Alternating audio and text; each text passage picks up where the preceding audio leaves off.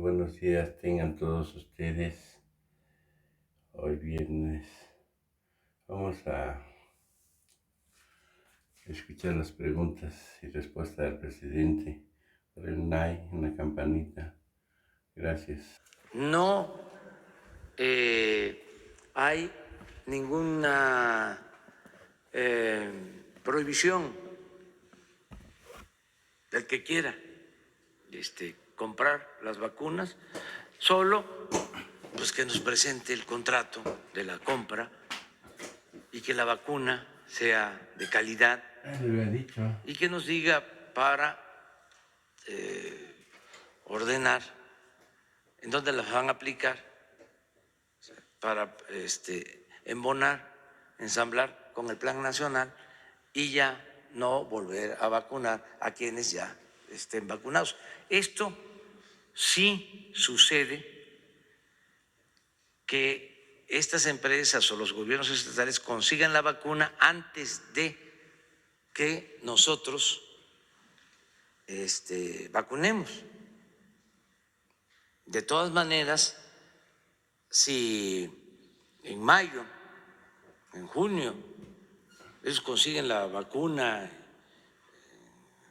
agosto y quieren hacerlo, lo mismo. Ya nosotros para entonces, pues ya vamos a estar casi por terminar, porque lo que buscamos, repito, es que a finales de marzo estén todos los adultos mayores, porque eso nos va a permitir reducir la mortalidad por COVID en un 80%. Entonces, vamos a que todos participen. Lo mismo en el caso de los gobiernos estatales, que van a conseguir las vacunas adelante y lo pueden hacer, nada más que comprueben que tienen el contrato, porque no es fácil también. No es, imagínense si fuese fácil adquirirlas, pues ya tendríamos nosotros, si tenemos el dinero disponible, ya tendríamos 20 millones y apenas hay un programa, estamos todos los días reafirmando de que se cumplan los acuerdos que tenemos con las farmacéuticas, pero es que a lo mejor esto no se sabe, de que no hay la producción suficiente en el mundo, que está empezando, diría yo que hasta bastante rápido, porque en otros casos, con otras vacunas,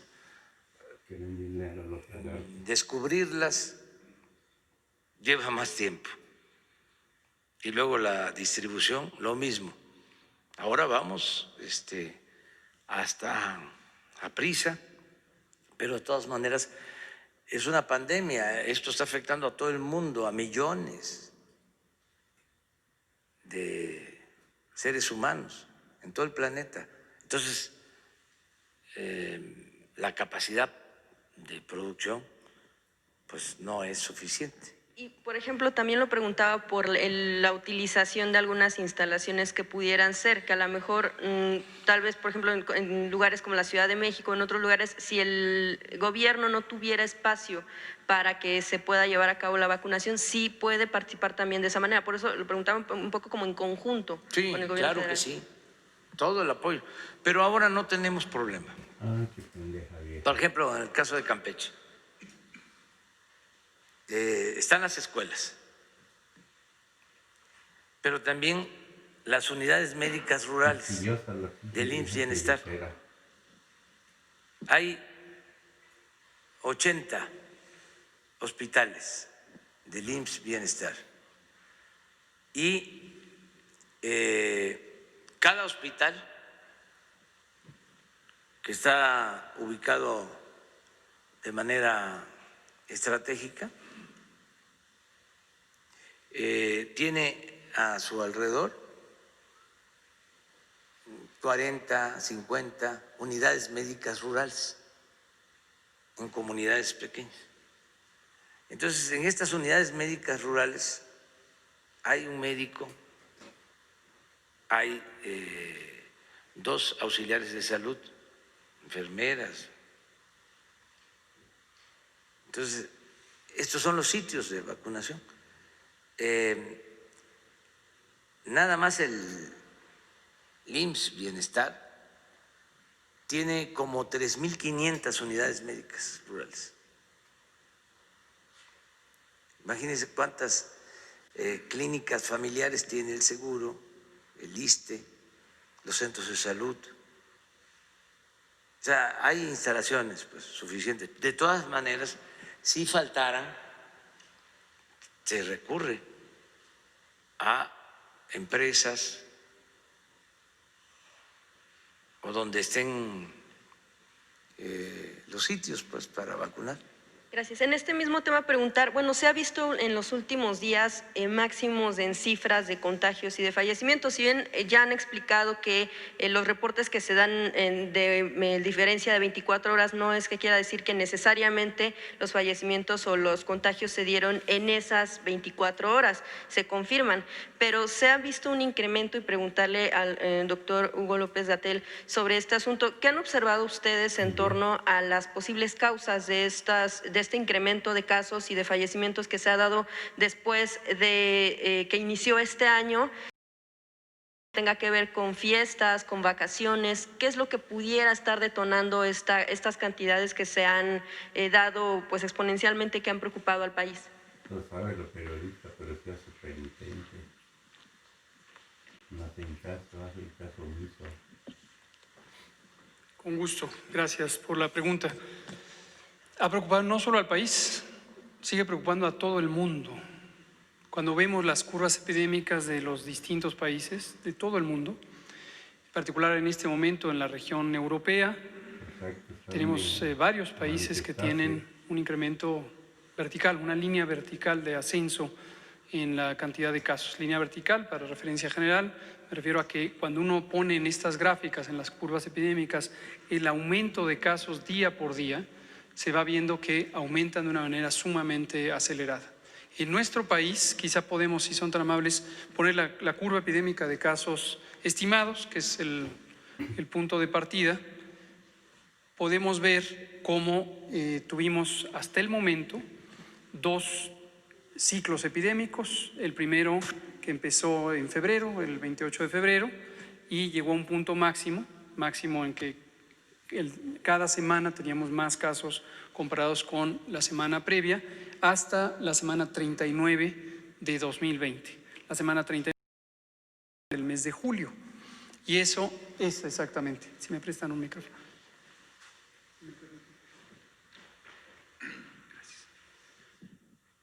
Para referencia general de cualquiera que no haya visto todavía una curva epidémica es la representación de la suma de casos de una enfermedad de interés, en este caso COVID-19, por el tiempo, a lo largo del tiempo. Entonces aquí están identificadas las semanas del año, empieza en la primera semana de 2020, del año pasado, y esta curva termina en la semana 1 de 2021. En este momento estamos en la semana 3 de 2021. Y aquí se ve que al inicio del año no teníamos casos de COVID-19 en México, y después llegamos hasta la semana 10 de hecho, donde ya tuvimos el primer caso. Y en esta gráfica se puede ver aquí los distintos números, que es el número de casos. Para esta gráfica son casos estimados, es las personas que han sido confirmadas con infección por el virus SARS-CoV-2 y que tienen los síntomas, más las personas que tienen los síntomas y aunque todavía no han sido confirmadas o incluso pudieran no haber sido nunca confirmadas por laboratorio, las agregamos a aquellas personas que determinamos tienen COVID porque están relacionadas con alguien que tiene COVID en los últimos 15 días. Entonces, cuando se ve esta gráfica de estilo montaña que va subiendo, lo que quiere decir es que hay más casos y más casos y más casos en una semana comparada con la semana anterior. Todo esto yo sé que ustedes lo saben, pero por si alguien está por primera vez viendo estas curvas epidémicas. Y llegamos a este punto máximo, que es la semana 29, perdón, dije 39 hace rato, es 29, es la última semana del mes de julio. Y a partir de agosto, el 3 de agosto, empezamos a tener menos casos durante el mes de agosto y menos casos durante el mes de septiembre. Cuando llegamos a la semana 40 del año, 40, empezamos a tener un aumento en el número de casos. Habíamos dicho desde el mes de marzo, cuando empezó la epidemia, dos cosas: preparémonos para una epidemia larga. Todo el tiempo tuvimos la perspectiva de una epidemia larga en México y en el mundo. Ya se puede ver que esto es así. La epidemia sigue activa en todo el mundo. Y dos, en el caso concreto de México y todos los países del hemisferio norte, cuando llegara el otoño, que empieza precisamente en octubre, empezaríamos a tener un aumento en el número de casos. Esta predicción se basa en el conocimiento técnico, científico, de cómo se comportan las infecciones respiratorias, que durante otoño e invierno empiezan a aumentar los contagios. Ocurrió tal como se esperaba. Aquí un pequeño elemento. Interesantemente, en todo el hemisferio norte, la influenza que pensamos que se iba a sumar al COVID-19 no se presentó. De hecho, tenemos cifras mínimas de influenza en México y en el mundo, en particular en el hemisferio norte. Entonces empezó a subir, a subir, a subir, a subir, y en este momento está en esta fase de incremento en México. De modo que tenemos un primer ciclo epidémico. No había llegado a una reducción absoluta, como lo hemos comentado todos los días, cuando empezó a volver a subir. Cada estado de nuestro país, cada entidad federativa, los estados y la Ciudad de México, como mostramos el martes reciente, y lo mostramos todos los martes, tiene un comportamiento diferente. Algunas suben una vez, bajan, vuelven a subir, otras suben varias veces y bajan, otras suben y se mantienen estables. Entonces, regresando a su pregunta, ¿qué lo explica? No hay una sola razón. No hay una sola razón. En general, dado que el contagio es por la vía respiratoria, aunque también puede ser por objetos inertes o las manos, achú, doy la mano, paso el virus, la otra persona se talla los ojos y le contagia, o se talla la nariz y la boca. Dado que ese es el mecanismo, en general, si hay más personas conviviendo estrechamente con otras y no se mantienen a 2 metros de distancia, hay mayor probabilidad de contagio. Si estamos en un espacio físico cerrado y, por ejemplo, el transporte público, la proximidad entre personas hace inviable que haya esa distancia. Entonces, el uso del cubrebocas ayuda a impedir esos contagios desde la persona que lo emite, porque tiene cubrebocas que le refrena. Si estamos a esta distancia, el cubrebocas no es, en ese sentido, el elemento principal, sino el elemento principal es la distancia, el lavado de manos, etcétera. Por eso es que en todo el mundo las medidas de salud pública son las mismas. Las mismas que tenemos en México son las mismas que hay en Estados Unidos, en Alemania, en Francia, en Italia, en España, en el Reino Unido, en Australia, en Nueva Zelanda. Son las mismas, porque hasta que llegó la vacuna no existía un mecanismo de protección específica. Y ahorita el elemento fundamental de la prevención es la vacunación contra el virus SARS-CoV-2, y tenemos que tener conciencia, como lo ha dicho varias veces el secretario Alcocer, que la vacunación va a llevar un tiempo hasta que se esté poniendo, y mientras tanto todos los países debemos seguir con las mismas medidas de protección. Vamos a seguir viendo entonces cifras en ascenso hasta que no se logre pues este proceso. Hasta el momento está ocurriendo. Generales tampoco tienen mucho sentido, se puede ver precisamente por esta variación.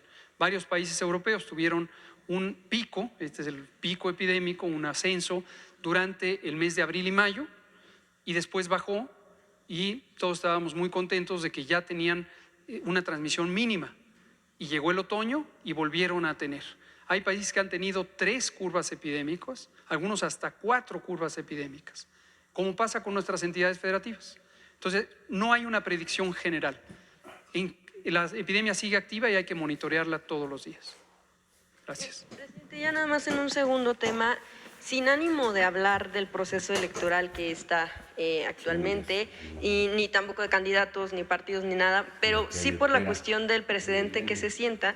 Le habíamos planteado en algún momento el tema del que se buscaba una segunda reelección en el caso de alcaldes en Coahuila. El Tribunal Electoral local había dado luz verde y el Tribunal Electoral del Poder Judicial de la Federación pues lo echó para atrás. Preguntar pues precisamente este asunto de que se siente este tipo de precedentes, o como lo que sucedió también en Baja California hace tiempo, si esto, bueno, pues de alguna manera, y sin tocar el tema de cuestión electoral, pero sí por la cuestión del precedente que se sienta, supongo que se ve como algo favorable, pero cómo de alguna manera pudiera presentarse si en los tribunales locales se les da luz verde a este tipo de solicitudes. Pues no voy a opinar Nada. sobre el tema, porque andan los del INE con ganas de Como víboras. censurarme. Quieren que no haya mañaneras o que esté limitada mi participación, que solamente hable yo de algunos temas, que yo no hable de la democracia, imagínense. La democracia ¿Hasta dónde es llegan sinónimo de esos libertad. lagartos? Entonces no quieren que yo hable de eso.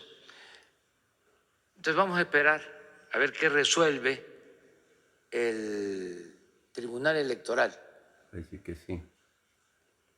Yo lo que creo es de que se debe de hablar de la democracia, de las elecciones, que sean limpias, que sean libres, que no haya compra de votos, que no se utilice el presupuesto para favorecer